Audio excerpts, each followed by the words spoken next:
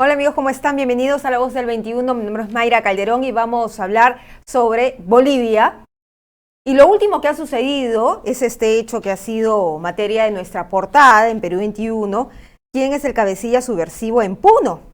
Bueno, nosotros hemos evidenciado a través de una conversación vía Zoom, en actualidad, que César Tito Rojas del Movadef contó detalles de las acciones contra Boluarte, coordinador del movimiento en Bolivia, Alex Chamán. Sobre este y otros temas de Bolivia vamos a conversar con el político boliviano Carlos Sánchez Berzaín, quien también ha sido ministro de gobierno, y le damos la bienvenida. ¿Cómo está?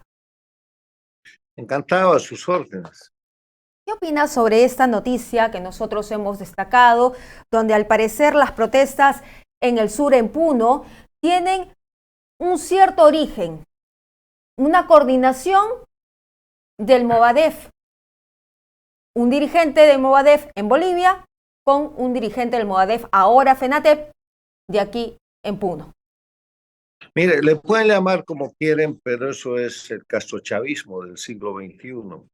Es la conspiración permanente contra los países con democracia que se produce desde las dictaduras castrochavistas que están lideradas por Cuba y que tienen su plataforma en Venezuela, Bolivia y Nicaragua. Hoy día el Perú está siendo víctima de una agresión salvaje desde la dictadura narcoestado de Bolivia. Y lo que usted muestra son detalles de una conspiración mucho mayor. Bolivia ha movilizado gente, ha movilizado armas, ha movilizado recursos para presionar y destrozar la democracia peruana. Y lo que está mirando es un síntoma muy importante, pero hay que identificarlo como la agresión del castrochavismo a la democracia del Perú. Y en ese sentido, señor Sánchez, yo le quiero preguntar cómo está actualmente la situación de Bolivia, porque aquí quienes son simpatizantes de Evo Morales ponen siempre ejemplo de que Bolivia en esos momentos tiene precios bajos, que tienen un buen sistema económico, pero la verdad no es tanto así. Hay que decirle a esa gente que se vaya a vivir a Bolivia para que sufra primero la inseguridad, que es resultado de un narcoestado, para que sufra después la crisis económica. En Bolivia no hay combustibles, no hay gasolina, no hay petróleo, porque todo se importa, y para que sufran el hecho de estar sometidos a un sistema de crimen organizado transnacional. A la gente que presenta a Bolivia como un ejemplo en el Perú, hay que decirle que cruce la frontera y vaya y viva en Bolivia para saber lo que es sufrir la organización del sistema de crimen organizado transnacional que genera delitos todos los días para producir miedo en la población y de esa manera generar conductas que de otra forma no serían admisibles. Eso se hace en Cuba, se hace en Venezuela, se hace en Bolivia, se hace en Nicaragua, y el Perú está teniendo una defensa heroica para frenar ese tipo de agresión.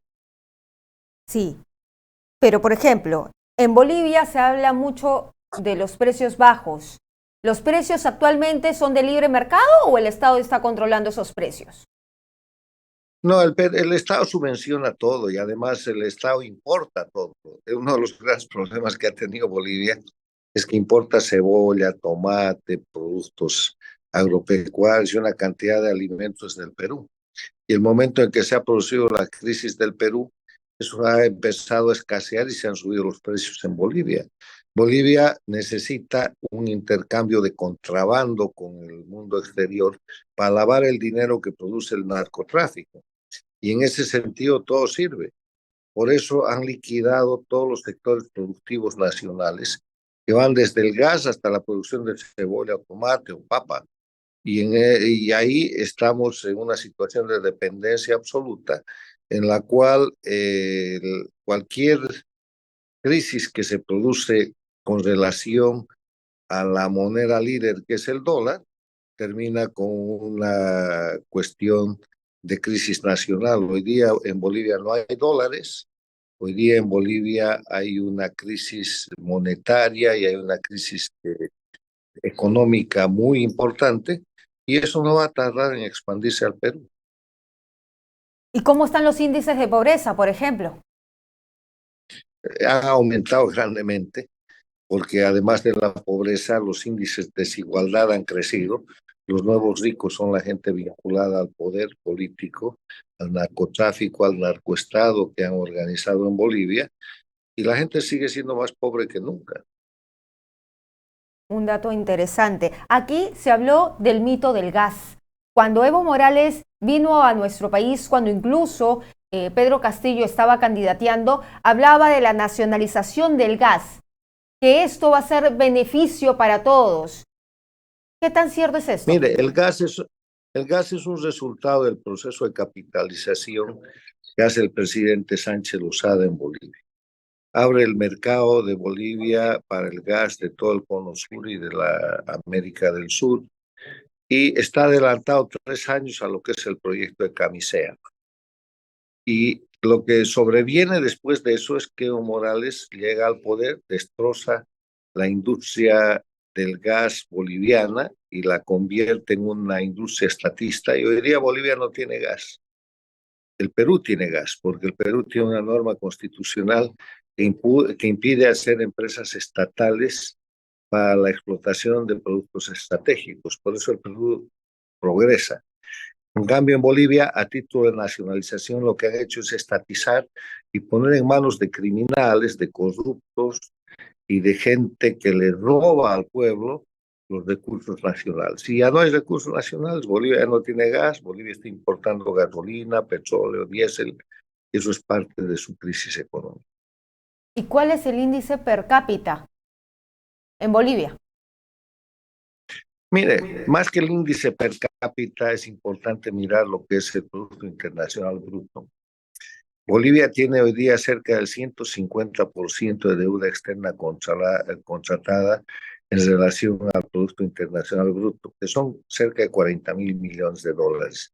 Cuando usted en el mercado internacional sobrepasa el 60% de deuda respecto al PIB, ya no es elegible para tener más crédito.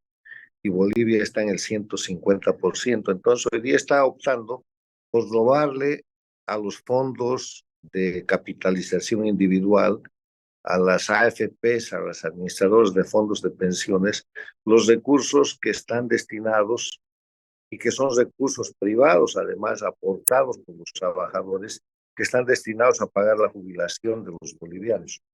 Ya le han robado 4 o 5 mil millones de dólares y se aprestan a robarle más. Y la manera de producir esa apropiación indebida, ese robo, es por medio de la emisión de bonos del Tesoro Boliviano, del Banco Central, que no valen nada, son papel mojado, a cambio de dólares en efectivo que les permite seguir engañando a la población. Es decir, en pocas palabras, la situación económica en Bolivia no está bien, no como nos viene pintando Evo Morales hace un buen tiempo. La situación económica en Bolivia es de una crisis terminal. Los 4 países, las 4 dictaduras del castrochavismo tienen 2 características. Cuba y Venezuela son crisis humanitarias. Bolivia y Nicaragua son crisis económicas terminales. Muy bien. Reflexión final, señor Sánchez Berzaín, para esta entrevista entonces.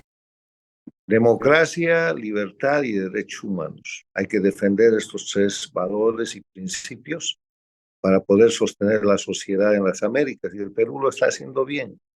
Defiendan la libertad, los derechos humanos y la democracia en contra de cualquier provocación o de cualquier ilusión que les puedan presentar. Muy bien, muchísimas gracias, señor Sánchez Berzaín, por estar con nosotros aquí en el Perú 21 TV. Bien, era entonces el político boliviano Carlos Sánchez Berzaín, antes ministro de gobierno en Bolivia, fue ministro 5 veces de ese país y ha sido además opositor a Evo Morales por todas las acciones que hizo en el país de Bolivia. Entonces nosotros vamos a regresar más adelante con más información.